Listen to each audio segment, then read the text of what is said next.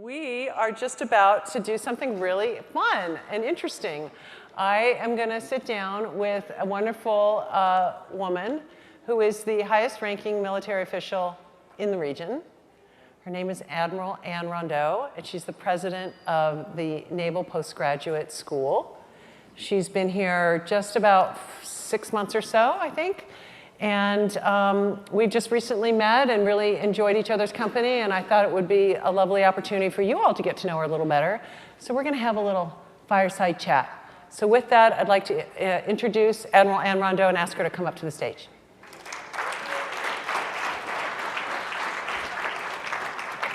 I'm going to give you a little water here, okay, just so we have it on the table. Okay. Either side. Oh, okay. Do you have a preference? Okay. Here you go. Thank you. Great. So, yeah. Fireside chat. You know, it's a little cool out there. It's only 98, so. Is that gas or carbon? That's carbon, girl. Yeah, that's bad. Anyway, we thought that'd be cute. That was actually my husband's idea, so I had to share that. That will go away. Anyway, so. Great. Well, President Rondeau, so excited, and I always forget, always think about, like, I'm sitting with an admiral. Oh my God. So you go by either, the proper protocol is either Admiral Rondeau or President Rondeau, is that correct? Madam President is great. Madam President. Okay. So we're just, first of all, thank you so much for taking time out of your extremely busy day. You might want to share a little bit with the people. It just so happened that our big event coincided with just a little something that's happening over in your neck of the woods. Yeah, so for our third year in a row, we had NPS Day, which is why I was not with you the whole day. And what that is it's an opening up of the campus, mostly, frankly, to kids. Everything from usually about 12 years old to about 18. We want to open it up. We bring our students who are all naval officers who are studying, as well as our faculty, and open up the entire campus to them to explore STEM and to look at what science and technology are all about. So that was a full day event. We had about 2,500 kids around the entire campus running around, but it was a great day in our third year, and it just keeps on growing. But before I get done describing that, I want to thank you, Kate. First of all, these folks are staying here this late either because you're a great leader or because they're waiting for the wine and beer. Definitely the latter. But I want to thank you. That conversation that Kate had talked about when we first met was enthusiastic about this region and about the peninsula and about all the promise, and it just made me feel really good when I first got here about all of the promise of the area, and I want to thank you for your leadership. No, thank you. Well, for those people in the audience that may not be familiar with the Naval Postgraduate School and all the other military facilities that we have in the region, maybe you could just give a quick overview. It's impressive. This region is really rich in what it has in terms of military and national security, intellectual power. So you have Naval Postgraduate School, a graduate school in all respects that awards masters and PhDs in various of the STEM disciplines. You have an awful lot of other things too. So we have FNMOC, the Fleet Numerical Oceanographic Meteorological Command, and they do all of the climate and meteorology that has a naval kind of a context. You have the Naval Research Lab also here. We have DLI, which of course everybody knows about, but I don't know if you know that they teach over 80 languages and that they have a marvelous student body there. It's marvelous over there. There are enlisted folks who went from high school to DLI. Defense Language Institute. Yeah, I am sorry. Yeah. Thanks. To the Defense Language Institute that are learning Korean, Urdu, Chinese, one of the dialects of Chinese, and all kinds of languages up there as well. And there are other great areas a bit further, Camp Roberts and Fort Hunter Liggett, all in this area that are doing great work, and it's smart, It's leading edge and it's great. So Kate, we have a lot of military and national security folks here, and there's more. That is just really part of the intellectual power of the entire peninsula. What would you estimate the amount of employees that the military has in the region, roughly? So yeah, so I have on campus about 1,000 employees, which is about 600 professors, faculty, and then the rest are staff, and about 1,500 students. The numbers up in DLI and in Defense Language Institute and others, the overall numbers of military in the area, if you include all of the military, is about 15,000. Wow. Yeah, it's a huge part of our economy here in the region. Yeah, the overall salary number is about 1.5 billion, and there's about 2 billion in overall economic impact. Wow. Yeah, that was my next question.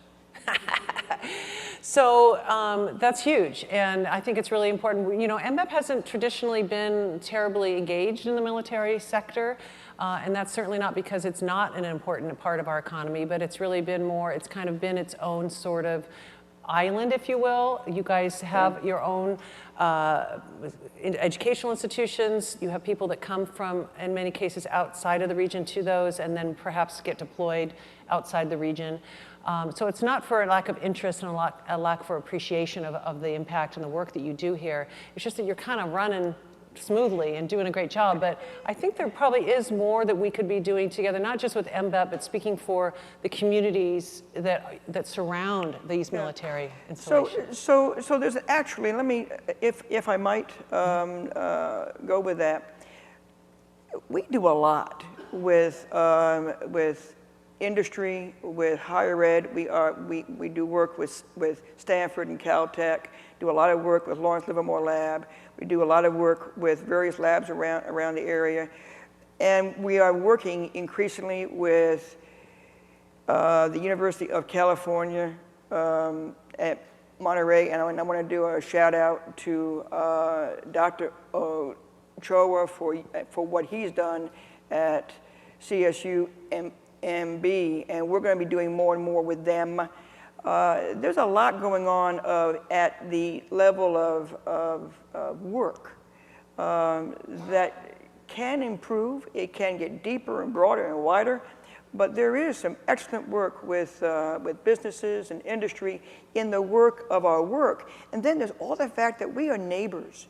We're going to the stores. We're going to places. Our kids are going to schools. So there's a lot of work, a lot of relationships that does go on. It may not make the front page, but it goes on every day. Yeah, and just following up on that, you know, there's this thing called housing that's sort of been talked about a little bit. Yeah. I mean, with all those people living here, they obviously are needing a place to live. So how does that work for people that maybe not understand, like where do all those people live and how does that work? So the students who are here anywhere from 9 months to 3 years, depending upon the student and the major, they mostly live in military housing that's around because they're not going to be staying. They're kind of in a transient mode. So they'll stay here for however long they're here, and a lot of them are in military housing. It is a fact that the housing situation is tough for bringing in faculty, for bringing in staff who are qualified, for growing ourselves in a way that a university could be growing or the other places could be growing. So the active duty military will kind of take care of them. But frankly, there are families who want to stay. There's an awful lot of civilians they travel a long way. We have people who are commuting an hour and a half away, one way, but they love the work. They love the area. They love what they do. So it's worth them to do that. But you know, it's a gas mileage. It's time away from the family, and they're doing it because of the love of the work. But they're not loving the commute, and but the cost of living is certainly a factor, along with the housing shortages. Right. So that's something that you're not immune to. Oh, and no. Working with the community, working with the cities and the county to find solutions that would help your employees and your faculty is something that you know. Yeah. To bring in, I don't, you know, I think all of us who are in the education business have challenges on in the public side particularly, where we are very conscious of how you spend money. It's a challenge. Yeah, right. So I'm really curious, what drew you to this job? You had a very illustrious career, obviously, as a vice admiral, retired in the military. You were the head of DuPage College in Illinois, outside of Chicago, which is the largest community college, I think, in the country? In the Midwest. In the Midwest. So tell us a little bit about your how you got into running that institution, and then what drew you here. So I am sensitive to callings. So, you know, I got a calling to go there for various reasons. It was a spectacularly great place, doing wonderful things for the region and for the Midwest and for outside Chicago, just doing great things. Fabulous place, smart and great. Well supported by the good people of the district, and so it was very well supported financially by the good citizens and taxpayers there. I was doing great and happy, and it was a calling. But when the Secretary of the Navy asked me to serve on the Education for Sea Power Task Force, small group of about 9 people, to look at the education of our Navy and our Marine Corps, I'd had some training and education background in the military. The last job I had as active duty was as the president of National Defense University, also a graduate school with 5 schools and 9 research centers. So I knew the kind of thing, but the calling was to this place.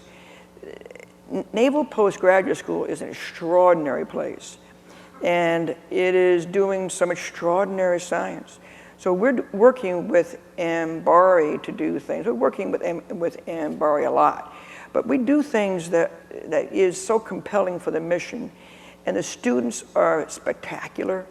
And so the calling, and then my belief in the Secretary's mission, but my fundamental belief is that this country is actually at an interesting inflection point.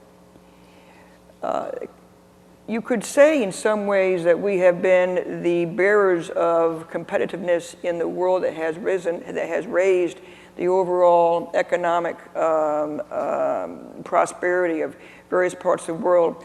But the competition is that more and more people and groups of people and countries can compete with us in very impressive ways.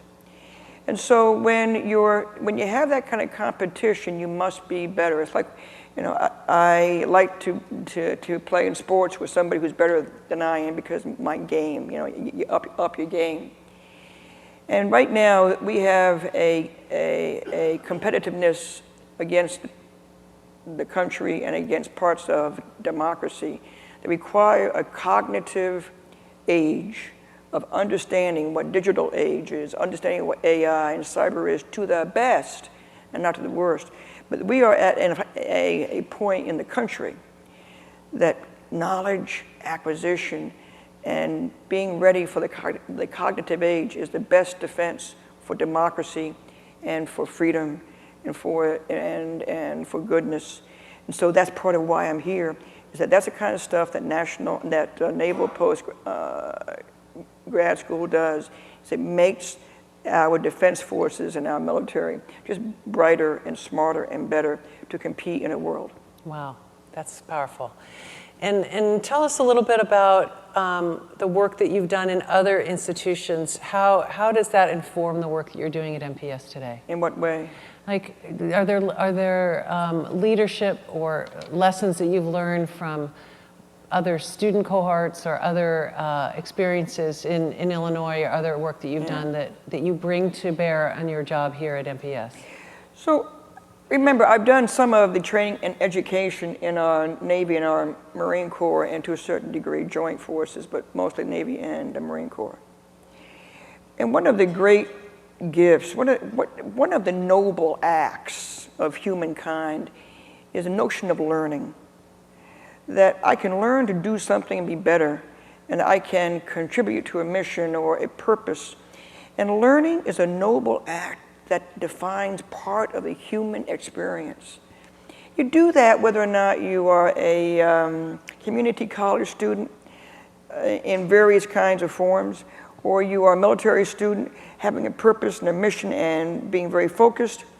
Being a civilian, we also teach firefighters and fire chiefs and other first responders. But the learning is part of us, and I think that it's different, but it's the same, and it does define, in my mind, the dignity of the human being able to make choices and decisions and think through things, and that's really important. So whether or not it's chemistry, or it's physics, or it's literature, or it's fine art, the act of bringing together what you know so that you know more and that you understand more is, in my mind, again, one of the great acts of what defines human dignity. Wow. Does that make sense? It does indeed. I agree wholeheartedly. So you've been in your new role 10 months? 9 months? About 9 months. 9 months. And so what surprised you the most that you didn't expect when you took the job? Yeah, you told me you'd ask me that question, so I've been trying to think. So what surprised me the most was that in the middle of winter, it was nice here. Remember, so I left in my car, this is a true story, I left in my car and it was 30 degrees below zero outside Chicago. And I headed west, and I didn't stop until I got here. So I mean, it's just a lovely place. But I think that rather than surprise, what has delighted me is that every day I'm learning something new at NPS, and it's really, I'm just, every day I learn something new, and it's an extraordinary place, actually. And the work that we do, I mean, and for this audience, I mean, they're doing things with acoustic vectoring to understand how, and with sensors to understand the effects on mammal life, you know, in the ocean. I mean, there's just great stuff going on every day. I am delighted by, and I guess that's kind of surprising, is that it's just a great place. But this is a great place too, but it's just good. Yeah, oh, that's great. So I have to ask you, as a woman with a long and successful career in the military, what advice would you give to the women in this audience, and especially to the younger women? I don't know if you were here and got to hear Melina speak, but there's a lot of students and younger people that are here today. Yeah. So I wanted to give Melina a shout out. I had no idea what I wanted to do out of high school either. And that's kind of the normal way of doing things and kind of being open. So life has changed a lot in the military. And when this is all true stuff. So this is, are you wanting some true stuff here? Yeah. When I came into the Navy, now here, think about the cognitive dissonance here. So I got out of college, and I did well in college in a lot of ways, and so I was ready to get out there and meet the world. And we were in the middle of a recession, and I couldn't get a job.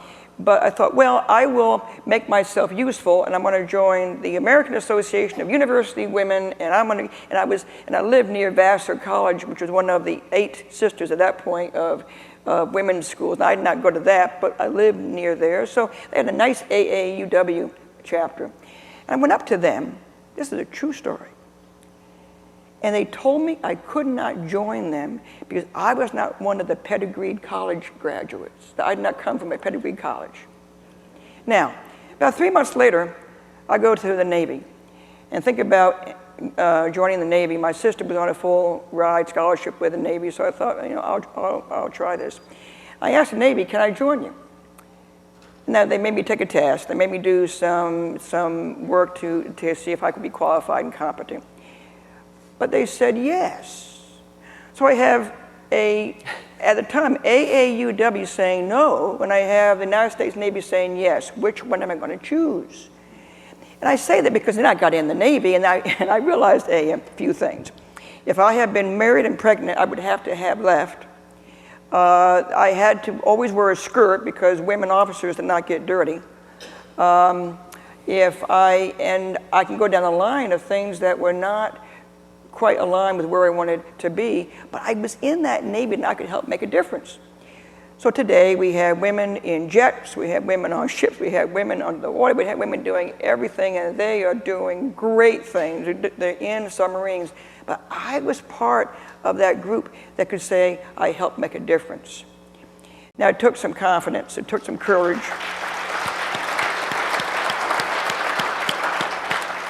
Now, for the younger folks here, for the young women and the guys too, but it takes confidence.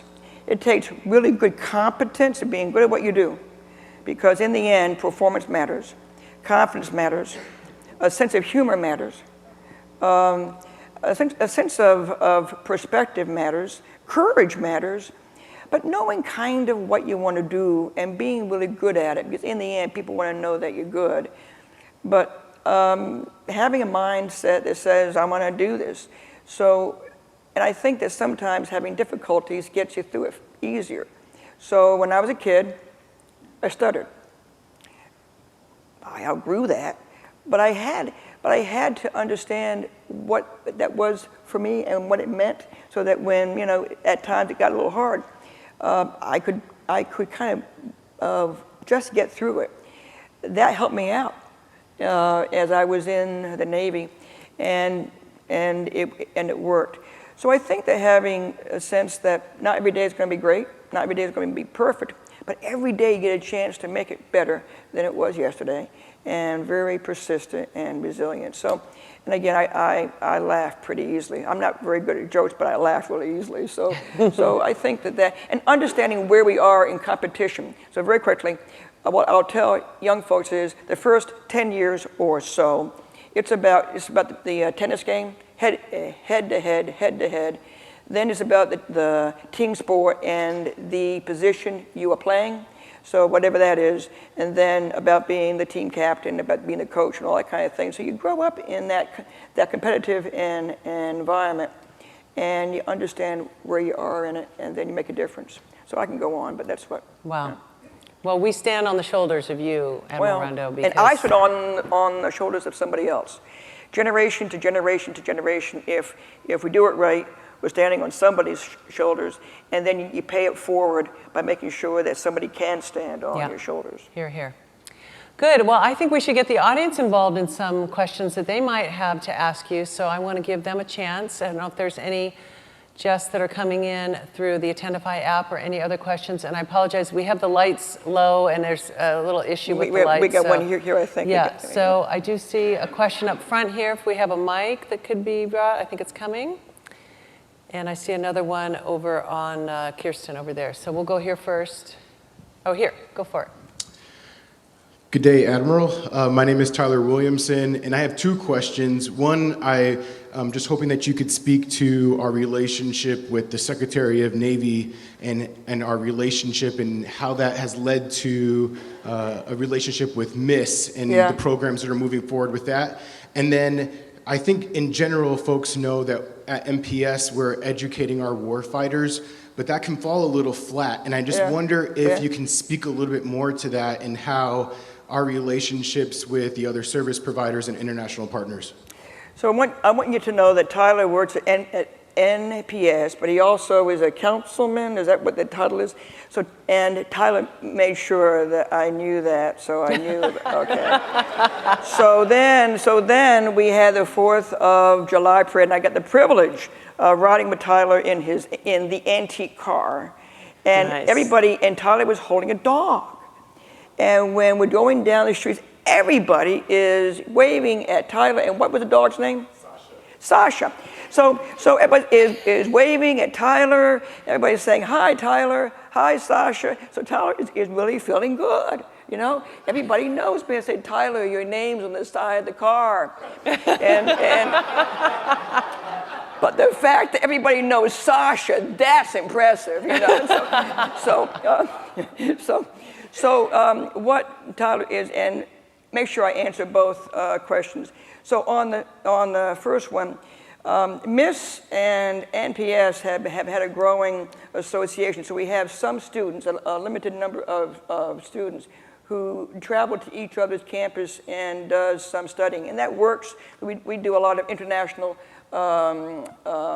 strategy work and that kind of thing, and they do a lot of language and international issues work. So that works, and it's limited. But what's really interesting is, to Tyler's point, on November 16th, there is going to be a MIS NPS Security Summit, and we're going to have it on both campuses, and we're going to be having the Secretary of the Navy here as a guest speaker to talk about national security issues in the 21st century, mostly in science and technology. It'll be a cool thing, and we're going to continue to expand that. On the second thing, Tyler, what was it? What was the second one? Just beyond the fact that we educate warfighters. Yeah, I mean, when we talk about educating warfighters, we're talking about educating men and women who fly fast planes, who drive ships and that are under the water for 9 months.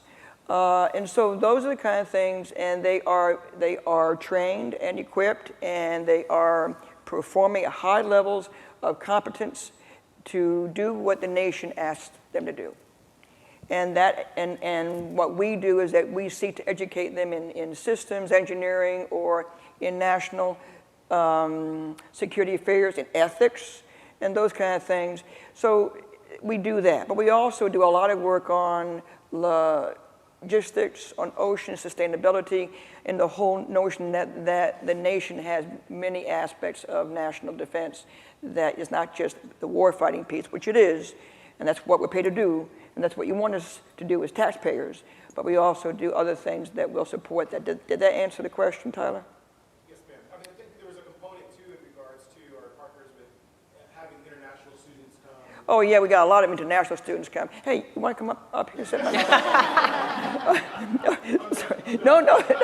No. So that's great. I mean, we have about, it all depends on the ebb and flow of nation states and how they relate to each other. But we have quite a few international students, lower than we've had, but we'll come back up from all over the world, all over the globe.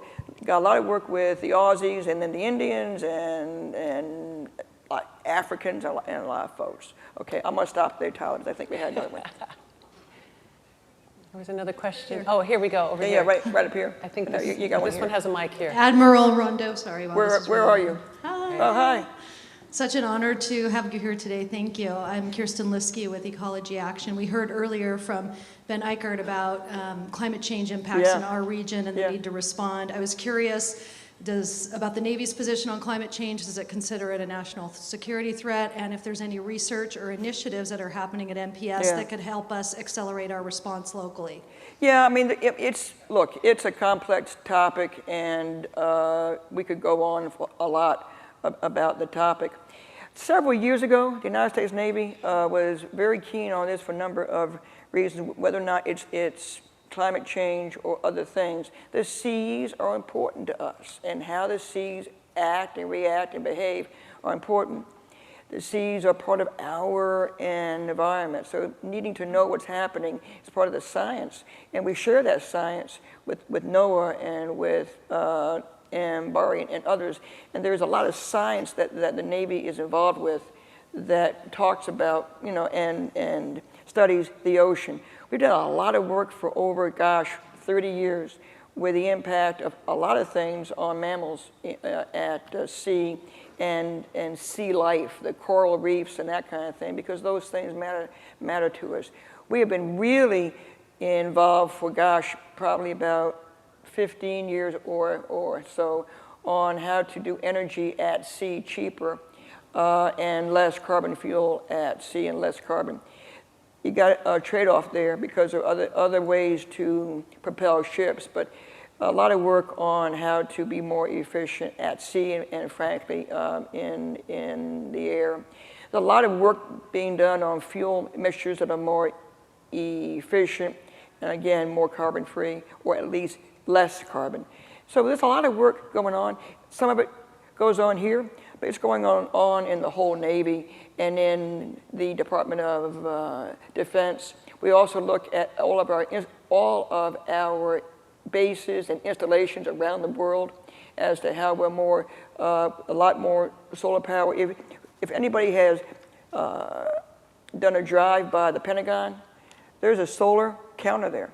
And some of the Pentagon is being solar supported. So there's a lot of work that goes on. I could go down the list.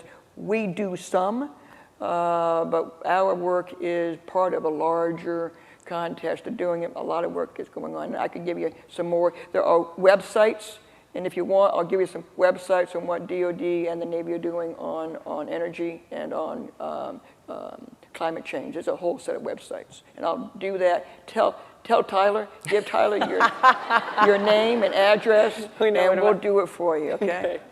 I think we have time for one more question. There was a question up front here. Wait. It was the same question. Oh, it's the same question. Okay. Okay, great. Well, I have one last question. Well, you got one, I think, there. Oh, do we have one here?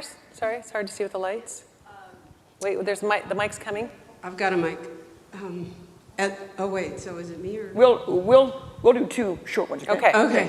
Esther Malkin, I'm a renter advocate locally, and you mentioned military housing earlier, and I'm just curious. I know that there's a significant amount of military housing, but the military also impacts the cities surrounding the military installations that are in the area, and I'm just curious if there's a partnership of some kind specifically about housing and its effects of combining the military personnel that are not living in the military housing and the effect that it has on the area's housing, because we are in a housing crisis. So are you saying that you want, no, I'm asking because I'm trying to understand. You want more military to be renting on the outside? No. I'm just asking if you have a partnership with the cities that the installations are in. On the effect of, the spillover from where you don't have military housing available for some of the military personnel. And again, I think that for the most part, the military are kind of taken care within, like Defense Language Institute just built some new barracks for the single students. For the married students, there's some part of the Fort Ord complex still has housing there. So I think that's not although that is an issue, it's more of an issue for our civilians than it is for anybody else. And the civilians are the ones who are going to stay. So they're the ones who are going to be paying a lot of the taxes and everything else. So we really need to think about how we help housing for everybody, from the guy and gal who is doing landscape to the guy and gal who's teaching physics. I mean, it's a workforce issue that I think is important for the whole area. So I'm not answering your question to your full satisfaction, except that we enjoin the entire peninsula and saying we will work with you on how to do workforce housing in the best way that we can contribute to that. We do help schools with supplementals with military kids. So, I mean, we do help schools with that. So it's not a completely satisfying answer, but we're with you on the workforce support activities, which is one reason why I'm here and one reason why Kate and I are talking. Is there actually like a department or a person that kind of like Sure. Sure. Again, if give me your name and and your contact info. I'm happy to put you in touch. Tyler, I'm happy. Tyler has it. I'm happy to talk to you about this. But there are experts who are doing this work. They actually are down in San Diego, to tell you the truth, but they're working the whole region, so we'll get you the names and numbers of anybody you need to talk to. And Esther, we've had initial conversations with some of the people here and their staff to we had one more over here. Last question.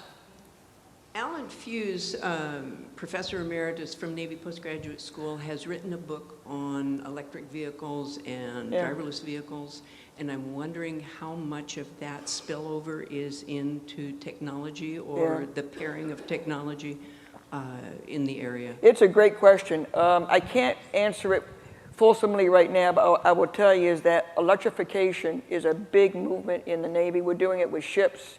We're doing it with systems. It's a big move to get out of the fossil fuels, to get out of explosive devices. I mean, a lot of stuff. So we're going to electrification by a lot. And that's a big area of science. So he's right, Alan Fuse is right, and but there's a whole body of work being done on that right now. Okay. Great. Last question. Sorry, we're out of time. What are you most excited about for either later this year or next year, the near term? Well, I don't want to sound like a repeat record here. You gave me a book called Localism. The new localism, right? Yeah.